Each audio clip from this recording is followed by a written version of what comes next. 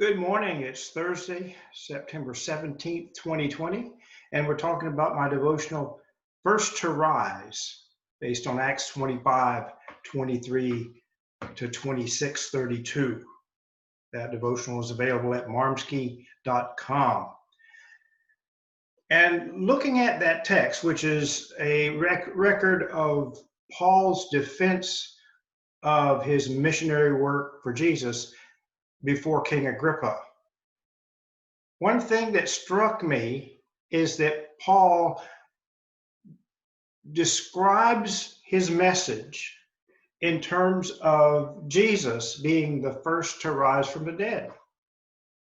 And we find that in his epistles, Paul constantly refers to the resurrection as a believer's hope.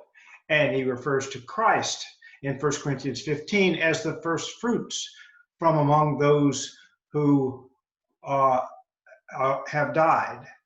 So, resurrection is significant to Paul.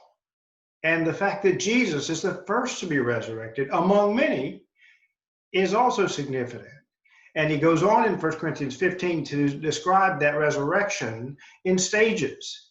And the first stage is Christ's resurrection itself. He is the first fruits. And then the believers in Christ will come when he returns.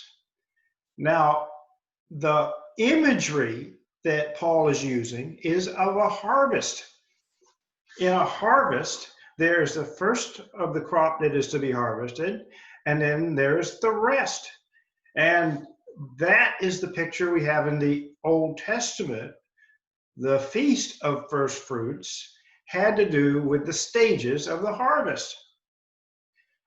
Now, the picture we have then in the story of the gospel as Paul presents it is that we are part of a process that God has already begun in Christ. He is the first of the harvest. His resurrection from the tomb is a sign that we too will be resurrected. We will be raised, and as Jesus says in John 6, it will take place at the last day. The gospel hope is the hope of a resurrection from the dead. May you have a great day. God bless you.